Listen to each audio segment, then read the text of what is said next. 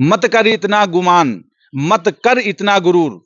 ये शायर और शायरी से ही शुरुआत इस समय लोकसभा और राज्यसभा दोनों में शायरी से ही शुरुआत होती है। मैं आपको फिर दिखाने जा रहा हूं, फिर बताने जा रहा हूं, जो महिला सांसद है किस तरह से शायरी से शुरुआत किया है कि मत कर इतना गुरूर। अहंकार को लेकर के जो विपक्ष पर तंज कसते हुए और अहंकार पर जबरदस्त भाषण दिया है, और भाषण ही नहीं दिया है, पूरे सदन में 440 वोल्टेज का झटका दे दिया इस महिला सांसद ने, और पूरे सदन में लोग देखते ही रह गए। और ये कौन महिला सांसद है, कहां की महिला सांसद, मैं नहीं बताऊंगा, आप खुद ही देख लीजिएगा ये महिला सांसद कैसे भाषण दे रही हैं और किस तरह सदन को संबोधित कर रही हैं, और 440 वोल्टेज का जो झटका दे रही विपक्ष को, किस तरह से झटका खा रहा सदन के अंदर विपक्ष, आप खुद ही देख लीजिए। महिला सांसद जो शायरी से शुरुआत की है, देखिए किस तरह से झकझोर रही सदन के अंदर और 440 वोल्टेज का झटका दे रही है। इतना भी गुमान ना कर अपनी जीत पे बेखबर, इतना भी गुमान ना कर अपनी जीत पे बेखबर, शहर में तेरी जीत से ज्यादा चर्चा मेरा है। तो 400 का पार का नारा किस लिए था? जो हमें समझ में आया वो इसलिए था कि उसमें संविधान बदलने की बात थी, उसमें आरक्षण रद्द करने की बात थी, और उसमें डॉक्टर बाबा साहब अम्बेडकर के विचारों को कुचलने की बात चल रही थी। हमारा चर्चा इसलिए है क्योंकि हम संविधान की बात कर रहे हैं, हम देश के लिए लोकशाही की बात कर रहे हैं, हम लोगों के हित की बात कर रहे हैं। लेकिन झटका जो इनको लगा सन्माननीय अध्यक्ष महोदय, 240 सीट के बदले इनको 440 वोट का झटका लगा, और इनको अपेक्षा नहीं थी। हमें बहुत दुख होता है सन्माननीय अध्यक्ष महोदय, महिलाओं की नग्न ढिंढोर निकालना ये किसी भी देश के लिए, किसी भी संस्कृति के लिए और किसी भी स्टेट के लिए सन्माननीय अध्यक्ष महोदय बिल्कुल सही नहीं अध्यक्ष महोदय। लेकिन दुर्भाग्यवश इस संसद में उसका उल्लेख नहीं हुआ। अध्यक्ष महोदय, महामहिम राष्ट्रपति के अभिभाषण में मैं अपेक्षा कर रही थी कि क्योंकि हम पहली बार सांसद बन के चुन के आए हैं, तो मैं अपेक्षा कर रही थी कि उसमें नीति की बात होगी, दिशा की बात होगी, दशा की बात होगी, और आने वाला 1 साल का जो है वो क्या कार्यकाल रहने वाला है उसको हमें पूर्व कल्पना उससे मिल जाएगी। मैं अपेक्षा कर रही थी अध्यक्ष महोदय कि महंगाई हो, बेरोजगारी हो, पेपर लिंक हो, सामाजिक तनाव हो, महिला सुरक्षा की बात हो, इन सारे मुद्दों के ऊपर सन्माननीय अध्यक्ष महोदय इस बार बात होगी। सन्माननीय अध्यक्ष महोदय, महामहिम राष्ट्रपति ने निवडणूक आयोग के बारे में, चुनाव आयोग के बारे में जो तारीफ की है, उसके मामले में थोड़ा सा सन्माननीय अध्यक्ष महोदय मैं अपना एक्सपीरियंस बताना चाहती हूँ। हम सब संसद के लोगों ने चंडीगढ़ का तो इलेक्शन सन्माननीय अध्यक्ष महोदय देखा ही था कि जिस तरह से वो रिटर्निंग ऑफिसर काम कर रहा था, लेकिन महाराष्ट्र की जनता ने तो सन्माननीय अध्यक्ष महोदय चुनाव आयोग का काम भोगा भी है। मैं इसलिए भोगा शब्द सन्माननीय अध्यक्ष महोदय कहना चाहती हूँ कि जिस तरह से हमारे यहाँ पे 2 पक्ष तोड़े गए, जिस तरह से दोनों पक्ष के चिन्ह बदले गए, और उसके बाद जो इलेक्शन आया, सन्माननीय अध्यक्ष महोदय हमारी अपेक्षा थी कि चुनाव आयोग पारदर्शिता से और निष्पक्ष होकर इलेक्शन लड़ेगा। लेकिन दुर्भाग्यवश सन्माननीय अध्यक्ष महोदय मुझे कहना पड़ेगा कि मशीन पे एक जैसे चिन्ह होने नहीं चाहिए, ये क्राइटेरिया है। लेकिन हमने महाराष्ट्र में देखा कि जहाँ पे तुतारी थी वहाँ पे पिपानी थी, जहाँ पे मशाल थी वहाँ पे आग फेंकने वाली वो क्या कहते हैं चिमनी थी। तो इस तरह के काम जो है वो मशीन पे किए गए। सन्माननीय अध्यक्ष महोदय, एक कैंडिडेट के 3 नाम, 4 नाम, वर्षा गायकवाड़ के सामने 2 वर्षा गायकवाड़ आई। तो इस तरह से जो इलेक्शन लड़ा गया, मैं नहीं समझती सन्माननीय अध्यक्ष महोदय ये योगायोग था। ये पूरी तरह से सन्माननीय अध्यक्ष महोदय कहीं ना कहीं सोची हुई बात थी। सन्माननीय अध्यक्ष महोदय, 400 पार का नारा था, और 400 पार के नारे के लिए ये सब चल रहा था क्या? ये भी कहीं ना कहीं हमारे जैसे नए सांसदों के मन में बात उठी। सन्माननीय अध्यक्ष महोदय, मैं आपसे पूछना चाहती हूँ कि 400 का नारा क्यों दिया गया? वो इसलिए दिया गया, जैसे आपको पता है कि पिछले बार हमने देखा कि सांसद में 150 सांसद को सस्पेंड किया गया, फिर 3 कानून लाए गए, किसान का कानून लाया गया। तो 400 का पार का नारा किस लिए था? जो हमें समझ में आया वो इसलिए था कि उसमें संविधान बदलने की बात थी, उसमें आरक्षण रद्द करने की बात थी, और उसमें डॉक्टर बाबा साहब अम्बेडकर के विचारों को कुचलने की बात चल रही थी। और सन्माननीय अध्यक्ष महोदय, ये हम नहीं कह रहे, ये कहीं ना कहीं उन्हीं के सांसद के द्वारा आई हुई बात है जो मैं यहाँ से रखना चाहती हूँ। बिल्कुल, हाँ, यहाँ से रखना चाहती हूँ। लेकिन सन्माननीय अध्यक्ष महोदय, मैं देश की जनता को और महाराष्ट्र की जनता को धन्यवाद देना चाहूँगी कि जिन्होंने इनका सपना संपुष्टित किया और 240 जो है इनको सीटें दी। लेकिन झटका जो इनको लगा सन्माननीय अध्यक्ष महोदय, 240 सीट के बदले इनको 440 वोट का झटका लगा, और इनको अपेक्षा नहीं थी कि जनता हमें इतना बड़ा झटका देगी। लेकिन मैं थोड़ी देर पहले हमारे एक भाई बात कर रहे थे हमारे सांसद और हमें पूछ रहे थे कि आप लोग इतने खुश क्यों हैं। सुनिए भाई साहब, अभी डिस्टर्ब मत कीजिए। हमारे सांसद पूछ रहे थे संदीप पात्रा जी कि आप खुश क्यों हैं। हम इसलिए खुश हैं कि मैं एक शेर पढ़ना चाहती हूँ सम्मानीय अध्यक्ष महोदय। शेर यह है कि इतना भी गुमान ना कर अपनी जीत पे बेखबर, इतना भी गुमान ना कर अपनी जीत पे बेखबर, शहर में तेरी जीत से ज़्यादा चर्चा मेरा है। तो मैं ये कहना चाहती हूँ सम्मानीय अध्यक्ष महोदय कि हमारा चर्चा इसलिए है क्योंकि हम संविधान की बात कर रहे हैं, हम देश के लिए लोकशाही की बात कर रहे हैं, हम लोगों के हित की बात कर रहे हैं। सम्मानीय अध्यक्ष महोदय, मैं आपसे कहना चाहती हूँ महंगाई के ऊपर, हम मोदी जी का नाम सुनते तो म से महंगाई आनी चाहिए, और जब महंगाई की बात आती है तो आपको पता है कि बढ़ती महंगाई महिलाओं के लिए और हमारे देश के लिए आज सबसे बड़ी समस्या बन गई। सम्मानीय अध्यक्ष महोदय, कितने अफसोस की बात है सम्मानीय अध्यक्ष महोदय, यहाँ हम सब महिलाएं बैठी है और इस अभिभाषण में महंगाई का एक शब्द यहाँ पे उपस्थित नहीं किया है। सम्मानीय अध्यक्ष महोदय, जिक्र ही नहीं है इस पूरे भाषण में। आज कमर तोड़ महंगाई के आज गरीब है, मध्यम वर्गीय परिवार है जिनका जीना मुश्किल हो गया। सम्मानीय अध्यक्ष महोदय, दाल, आपको मालूम है टमाटर, आटा और प्याज, दूध, आज सब की चीजें जो है तो दाम बढ़ गए हैं। उस पर जीएसटी भी कुछ चीजों के ऊपर लगाने का काम केंद्र सरकार की तरफ से हो रहा है, चाहे वो दही हो, पनीर हो, दूध हो। सम्मानीय अध्यक्ष महोदय, आज परिवार की बचत जो है 50 वर्षों में सबसे निचले स्तर पे जो सम्मानीय अध्यक्ष महोदय गई है। क्यों गई है? आज परिवार में बचत नहीं हो पा रही सम्मानीय अध्यक्ष महोदय, ये दुर्भाग्य है सम्मानीय अध्यक्ष महोदय। 4 महीने से जो फूड इन्फ्लेशन का है वो 8.5 से रेट जो है वो अधिक हो गया है सम्मानीय अध्यक्ष महोदय।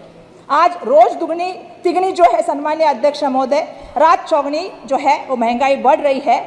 और सम्मानीय अध्यक्ष महोदय, इसका शब्द इस अभिभाषण में नहीं है, ये मुझे सबसे बुरा लगा है।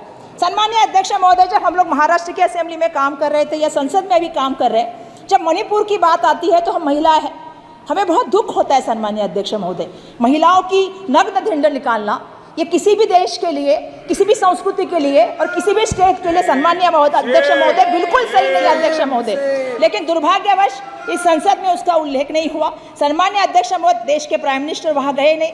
पिछले 13 महीनों में सम्मानीय अध्यक्ष महोदय 221 लोगों की इसमें जान गई। सम्मानीय अध्यक्ष महोदय, 50,000 से ज़्यादा लोग बेघर हो गए। और इसके बावजूद सम्मानीय अध्यक्ष महोदय, मैं कहना चाहती हूँ कि इसके लिए कोई भी जो है इस पूरे भाषण में एक शब्द नहीं है। जो भाषण में शब्द है वो सिर्फ है जो आपको पता है उत्तर पूर्व राज्यों की सुरक्षा की बात की गई है। मेरा ये अपेक्षा था कि इसमें मणिपुर की महिलाओं के लिए, मणिपुर की जनता के लिए यहाँ से एक प्रबोधन जाएगा और उनको विश्वास दिलाया जाएगा कि उनकी सुरक्षा के लिए आने वाले सालों में काम किया जाएगा। सम्मानीय अध्यक्ष महोदय, हम से महिला सुरक्षा की बात करते हैं। आज महिला सुरक्षा की बात हुई। आज सुबह ही मुझे बहुत अच्छा लगा जब हमारे सम्मानीय अध्यक्ष महोदय ने इंडिया की टीम जीती, उसके लिए एक प्रस्ताव रखा गया। हम महिलाएं हैं, हम अपेक्षा करते हैं हमारी खिलाड़ियाँ महिलाएं कैसे आती है आप जानते हो। जब सामाजिक जीवन में, राजनीति में, आर्थिक नीति में, सांस्कृतिक नीति में या खेल में जब हम आते हैं ना अध्यक्ष महोदय, बहुत संघर्ष करके वहाँ तक पहुँचते हैं महिलाएं। और जब हम अपनी यौवन की पीड़ा की बात जब लोगों के सामने कहते हैं, उसके लिए बहुत हिम्मत लगती है। मैं उन सभी लड़कियों से यहाँ से कहना चाहती हूँ कि हम संसद में उनकी आवाज़ बन के यहाँ से आपसे पूछना चाहते हैं, ब्रिजभूषण सिंह के साथ क्या हुआ? कुछ उसके साथ नहीं हुआ।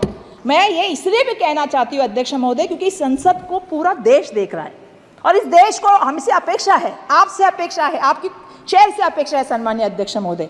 अध्यक्ष महोदय, जब मैं संसद भवन में आई मुझे बहुत अच्छा लगा ये सब देख के, लेकिन मुझे और अच्छा लगता कि संसद भवन का उद्घाटन और भूमि पूजन दोनों महामहिम राष्ट्रपति के हाथों से होता। तो मुझे बहुत अच्छा लगता कि एक महिला, एक आदिवासी महिला को उसका मान मिल जाता, एक दलित जो हमारे सम्मानीय राम कोविंद जी थे महामहिम राष्ट्रपति, उनको ये सम्मान मिल जाता।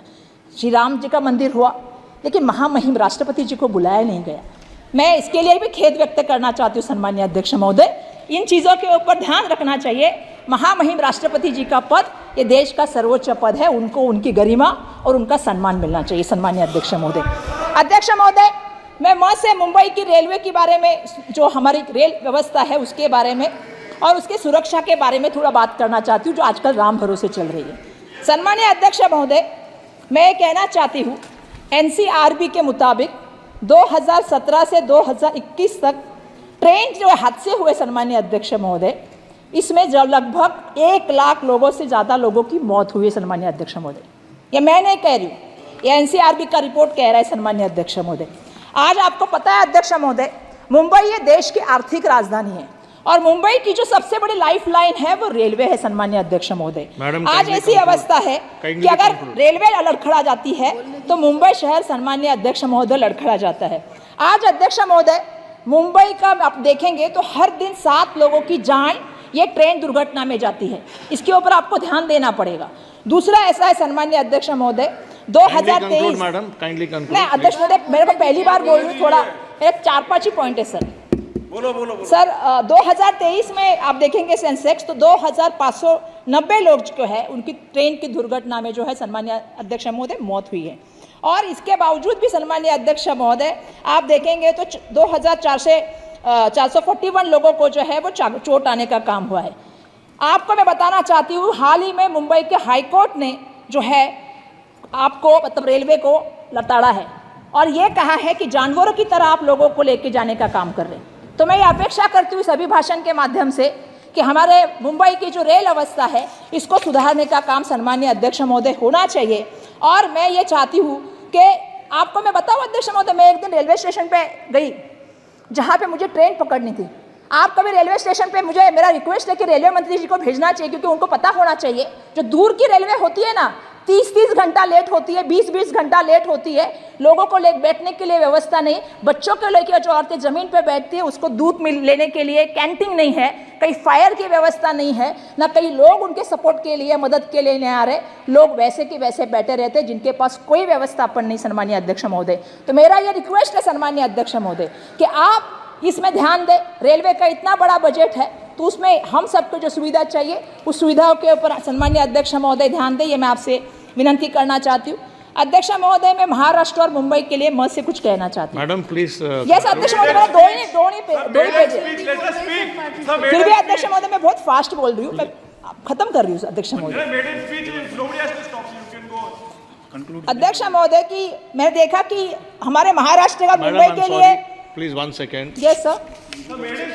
I object to your remarks. Nobody can stop. No, of course you can, sir. Please take back your words. I took it back.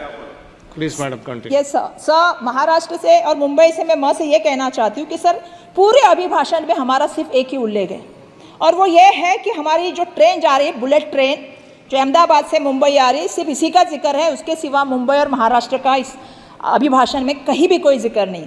सम्मान्य अध्यक्ष महोदय मुझे कहना पड़ेगा, मेरा महाराष्ट्र केंद्र शासन को सबसे ज़्यादा बड़ा महसूल देता है और उसके बदले में हमें क्या मिलता है सम्मान्य अध्यक्ष महोदय। अगर हम बात करें टैक्स कलेक्शन की अध्यक्ष महोदय तो महाराष्ट्र से अगर 1 रुपया जाता है तो केंद्र से हमें वापस सिर्फ 7 पैसा आता है सम्मान्य अध्यक्ष महोदय। अध्यक्ष महोदय ये हमारे ऊपर अन्याय है, ये हमें यहाँ से कहना है। अध्यक्ष महोदय मेरी एक मांग है कि टैक्स डिक्लेरेशन के बाद महाराष्ट्र का जो हिस्सा बढ़ाया जाएगा, मैं ये मांग करती हूँ कि टैक्स जो दिया जाएगा उसमें से महाराष्ट्र से जो टैक्स आएगा उसका 50% टैक्स जो है वो हमें मिलना चाहिए। महाराष्ट्र की वो हमारे विकास के लिए ज़रूरी चीज़ है, वो हमें मिलना चाहिए, ये मेरा सम्मान्य अध्यक्ष महोदय कहना है।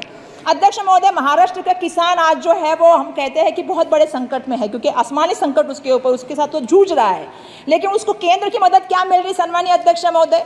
कुछ भी मदद नहीं मिल रही। अध्यक्ष महोदय महाराष्ट्र के किसान की बात करें तो प्याज के किसान की बात करते हैं। सम्मान्य अध्यक्ष महोदय आज ऐसी नीतियां बनाई गई कि आज दुर्भाग्यवश मुझे कहना पड़ेगा इन्होंने एक्सपोर्ट बैन कर दिया, जिसके कारण लोगों की जो आमदनी थी वो कम हो गई और किसान आज इतना परेशान है। मेरा आपसे विनती है कि जिस तरह से तेलंगाना सरकार ने या महाराष्ट्र में जब महाविकास आघाड़ी की सरकार थी हमने कर्जा माफ़ करने का काम किया था, उसी तरह किसानों का कर्जा माफ़ हो सम्मानित अध्यक्ष महोदय, मैं यहाँ से आपको ये विनती करना चाहती हूँ।